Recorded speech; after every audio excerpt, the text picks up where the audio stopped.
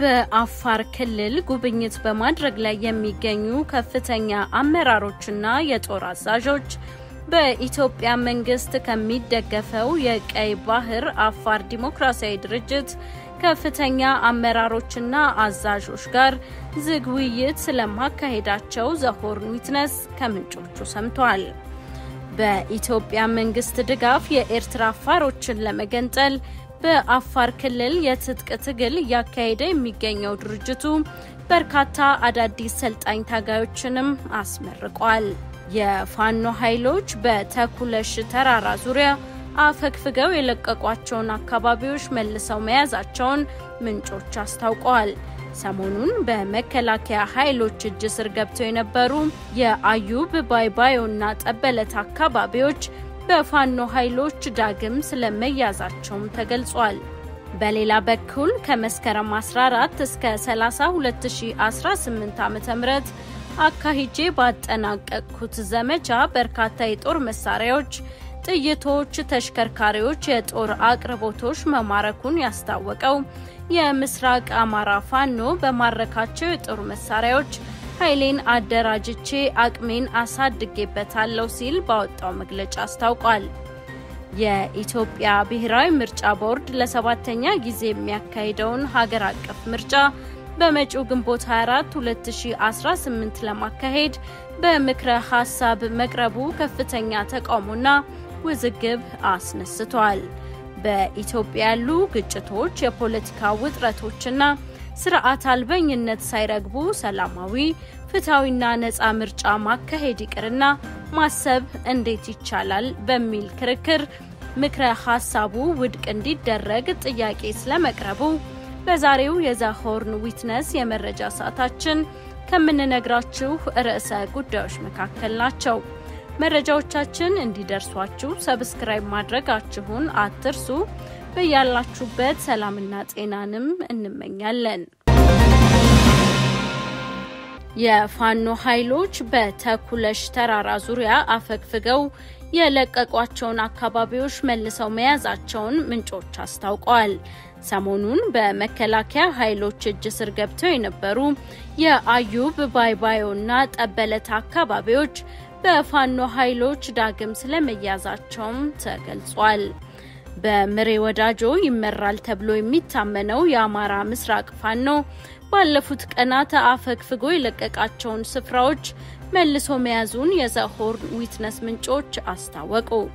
ባለፉት 2 ሳምንታት የመከላከያ ኃይሎች በሰሜንና ደቡብ ወሎ በከፈቱት የተደራጀ ጥቃት የፋኖ ኃይሎች ከያዟቸው አካባቢዎች ለቀው በመውጣት እያፈገፈጉ መቆየታቸውን መዘገባችን ይታወሳል። ከቆቦ በስተ ምዕራብ በተኩለሽ ተራሮች ዙሪያ የትግሉ ማዕከል ማጠንጠኛ አድርጎ ሲንቀሳቀስ የቆየው የምስራቅ አማራ ፋኖ ኃይል ከጥቅምት 5 2018 ወዲህ የመከላከያ ኃይሎች በአየርና በምድር በከፈቱት አዲስ የጥቃት ዘመቻ ከዚህ ቀደም ከሰፈሩባቸው አካባቢዎች አፈግፍገው መልቀቃቸው ይታወቃል። በተራራው ዙሪያ ከዚህ ቀደም በፋኖ ቁጥጥር ስር ከነበሩ የአዩብ ባይባዮ ጠበለት አካባቢዎች በውጊያው ምክንያት የፋኖ ኃይሎች አፈግፍገው ነበር። ይሁን እንጂ አካባቢዎቹን ከፋኖ ኃይሎች በማስለቀቅ ይዘውት የነበሩ የመከላከያ ኃይሎች ጥቅምት 12 2018 አመሻሽ ስፍራውን ለቀው በመውጣት ወደ ተኩለሽ መመለሳቸውን የአካባቢው ምንጮች ጠቅሰዋል። ይህንን ተከትሎም የፋኖ ኃይሎች ተመልሰው ወደ አካባቢው በመግባት መልሰው ሊይዙት ችለዋል ብለዋል።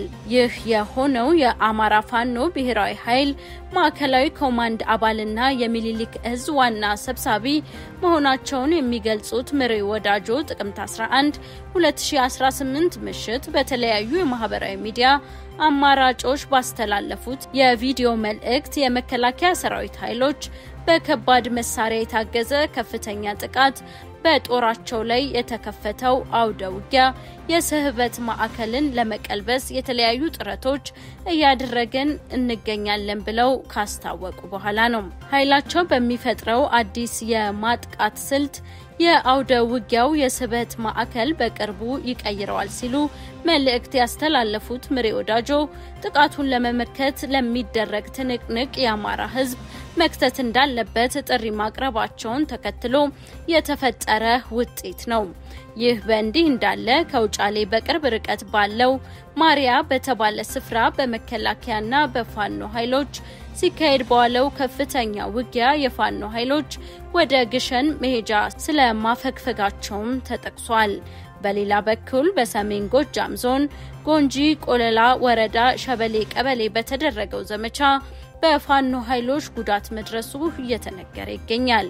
የምስራቅ አማራ ፋኖ ሚሊሊክ እዝ ተብሎ በሚጠራው ኃይል ከመስከረም 24 እስከ ጥቅምት 10 2018 ዓ.ም ድረስ አካሄድኩት ባለው ኦፕሬሽን አርበኛ አደም አሊ አባናደው በድል ማጠናቀቁን በመግለጫው አስታውቋል። ለ17 ቀናት በተካሄደው የዘመቻ ውጊያ ውስጥ ከ3000 በላይ ተዋጊዎች ተገለዋል ብሎ ያስታወቀው የምስራቅ ፋኖ ኃይል 700 የሚጠጉ ተዋጊዎችንም በቁጥጥር ስር አውያለሁ ብሏል።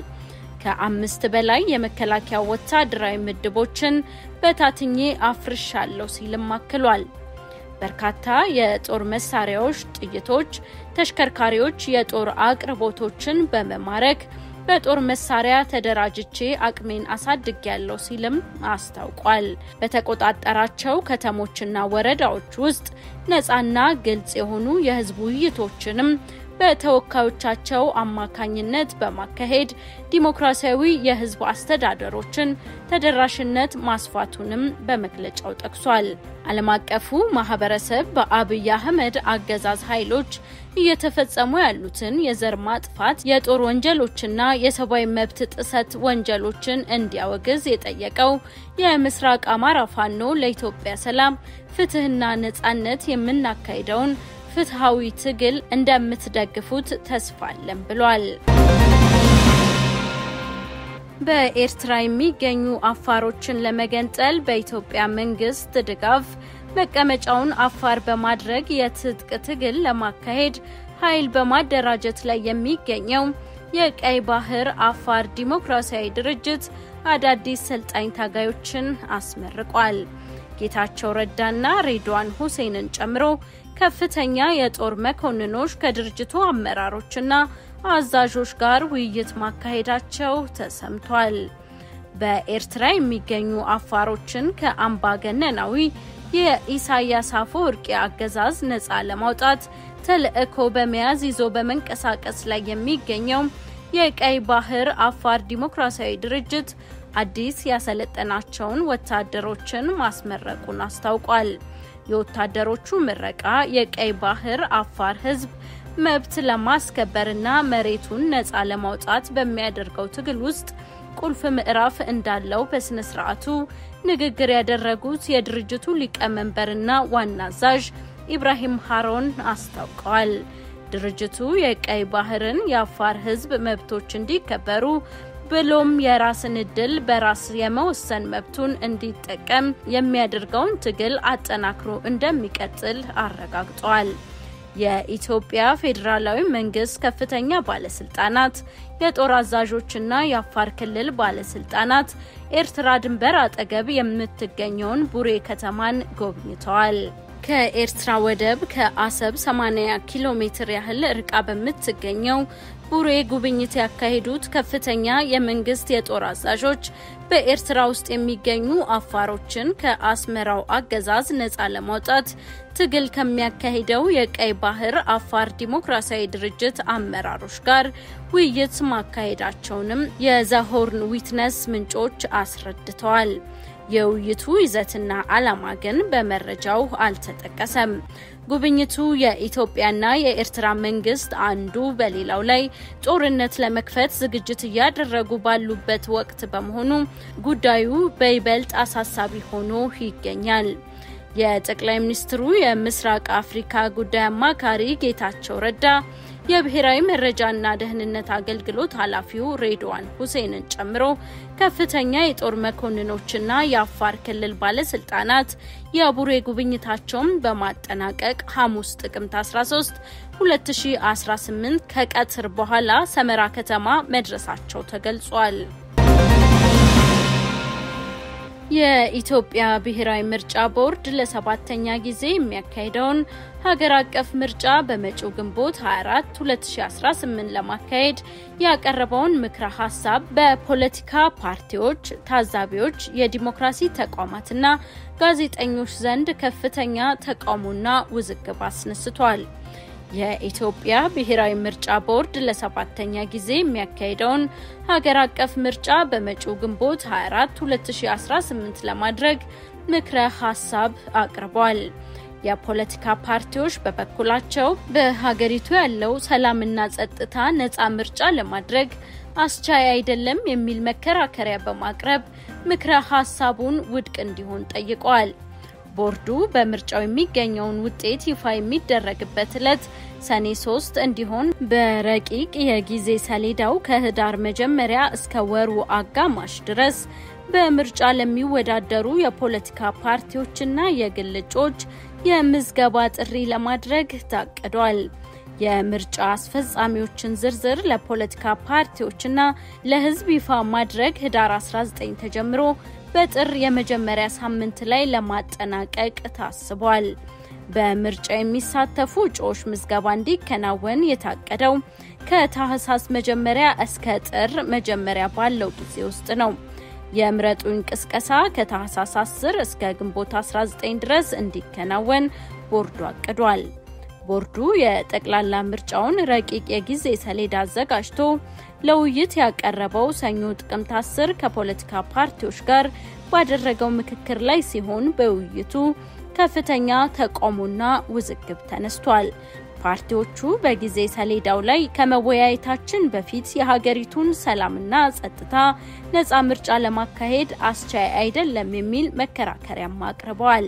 አንዳንድ ተቃዋሚ ፓርቲዎችና የፖለቲካ ታዛቢዎች በኢትዮጵያ በተለያዩ አካባቢዎች የሚደረጉ ግጭቶች የፖለቲካ ውጥረትና ስርዓት አልበኝነት ሳይረግቡ ሰላማዊ ፍትሃዊና ነፃ ምርጫ ማካሄድ ይቅርና ማሰብስ እንዴት ይቻላል በሚል ተከራክረዋል። ብሔራዊ ምርጫ ቦርድ ግን ሁኔታዎች በሚፈቅዱባቸው አካባቢዎች ምርጫ ለማድረግ ዝግጅት ማድረግን እቀጥላለሁ ብሏል። የፖለቲካ ፓርቲ ተወካዮች በበኩላቸው ከኢትዮጵያ ወቅታዊና ነባራዊ የሰላምና የጸጥታ ሁኔታ አንጻር ሀገሪቱ ነፃና ፍትሃዊ ሀገር አቀፍ ምርጫ ማካሄድ የሚያስችላት ቁመና ላይ አይደለችም በማለት የምርጫ ቦርድ አመራሮችን እንደሞገቱ ከምንጮች ሰምተናል። በአማራ፣ ኦሮሚያና ትግራይ ክልሎች ያሉት የጸጥታ ሁኔታዎች ነፃና አሳታፊ ምርጫ ለማካሄድ አስቻይ አይደሉም የሚል አቋም በበርካታ የፓርቲ ተወካዮች መነሳቱም ተጠቅሷል። ብሔራዊ ምርጫ ቦርድ የጠቅላላ ምርጫውን ረቂቅ የጊዜ ሰሌዳ አዘጋጅቶ ለውይይት ያቀረበው ሰኞ ጥቅምት 10 ከፖለቲካ ፓርቲዎች ጋር ባደረገው ምክክር ላይ ሲሆን በምክክር ሂደቱ አንድም የመገናኛ ብዙሃን ያልተሳተፈበት ለሚዲያ ዝግ ነበር ተብሏል። ከቱኒዚያ የባህር ዳርቻ ስደተኞችን ያሳፈረች ጀልባ በደረሰባት የመስጠም አደጋ ህጻናትን ጨምሮ ቢያንስ 40 ሰዎች መሞታቸውን የሀገሪቱ ባለስልጣናት አስታወቁ። ይህ ከ40 በላይ ሰዎች የሞቱበት የባህር ላይ አደጋ በ2025 እንደ አውሮፓውያን አቆጣጠር በአካባቢው ከደረሱት እጅግ የከፋው ነው ተብሏል። ጀልባዋ በሰጠመችበት ጊዜም 70 የሚደርሱ ስደተኞችን ይዛ እንደነበር ባለስልጣናት አስታውቀዋል። ወደ 30 የሚጠጉት በህይወት መትረፍ ችለዋል ተብሏል። በጀልባ ተሳፍረው የነበሩት ሁለቱም ሰዎች ከሳሃራ በታች ካሉ የአፍሪካ ሀገራት የመጡ መሆናቸው ቢገለጽም በዝርዝር ግን አልተጠቀሰም። የአደጋው ምክንያትና ሁኔታን ለማወቅ ምርመራ መጀመሩንም በመረጃው ተጠቅሷል። ባለፈው ዓመት የካቲት ላይ ከቱኒዚያዋ ከተማ ስፋክ የባህር ዳርቻ ወጣ ብሎ ከ40 በላይ ሱዳናውያንን ያሳፈረች ጀልባ ሰምጣ እንደነበር ይታወሳል። የተባበሩት መንግስታት ድርጅት መረጃ እንደሚያመላክተው በማዕከላዊ ሜዲትራኒያን ባህር በኩል ወደ አውሮፓ ለመሻገር በ2023 ብቻ ከ210,000 በላይ ሰዎች ሙከራ አድርገዋል። ከ60,000 በላይ የሚሆኑት በባህር ላይ ተይዘው ወደ መጡበት እንዲመለሱ ሲደረጉ ወደ 2,000 የሚጠጉት ደግሞ ባህር ላይ ሳሉ ህይወታቸው ሊያልፍ መቻሉ ተጠቅሷል። በኢራን አዲስ ጥቃት ለመክፈት የሚያስብ ካለ ከባድ የአጸፋ ምላሽ ይጠብቀዋል ሲሉ የኢራን ውጭ ጉዳይ ሚኒስትር አባስ አራጋቺ አስጠነቀቁ።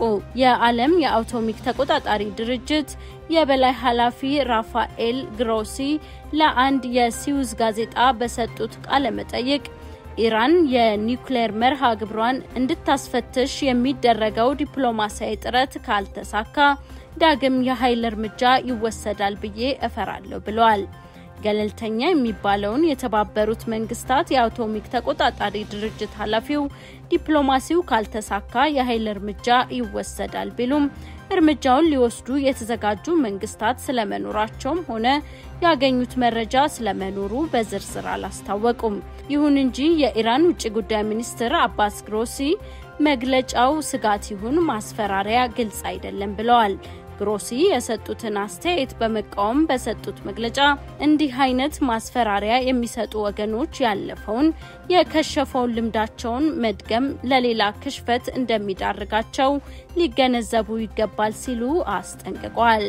እስራኤል ባለፈው ሰኔ አጋማሽ በኢራን ላይ ድንገተኛ የከፈተችው ጥቃት ኢራን ስለ ኒውክሌር መርሃ ግብሯ ከዓለም አቀፍ ድርጅትም ከዩናይትድ ስቴትስም ጋር የምታደርገውን ድርድር አቋርጧታል። እስራኤልና ኢራን በገጠሙት ጦርነት ዩናይትድ ስቴትስም በቀጥታ ተካፍላ የኢራንን የኒውክሌር ተቋማትን ደብድባለች። ከ12 ቀናት በኋላ ሶስቱ መንግስታት ጦርነቱን ቢያቆሙም ድርድሩ እንደተቋረጠ ነው። ኢራንና የዓለም የአቶሚክ ተቆጣጣሪ ድርጅት ባለፈው መስከረም አዲስ የትብብር ስምምነት አድርገው ነበር። ይሁንና እንደ ጎርጎሮሲያኑ አቆጣጠር በ2015 ከኢራን ላይ ተነስቶ የነበረው ዓለም አቀፍ ማዕቀብ ዳግም እንዲጣል ብሪታንያ፣ ፈረንሳይና ጀርመን በጸጥታ ጥበቃ ምክር ቤት ካስወሰኑ በኋላ ኢራን ውሉን ሰርዛለች። ውድ የዛሆርን ዊትነስ የዩቲዩብ ቤተሰቦቻችን ለዛሬ መራረጥንላችሁ ዓለም አቀፍና አህጉር አቀፍ መረጃዎቻችን የተከታተላችኋቸውን ይመስሉ ነበር። በየቀኑ የምንለቃቸው መረጃዎች እንዲደርሷችሁ ሰብስክራይብ ማድረጋችሁን አትርሱ። በያላችሁበት ሰላምና ጤናንም ተመኘንላችሁ።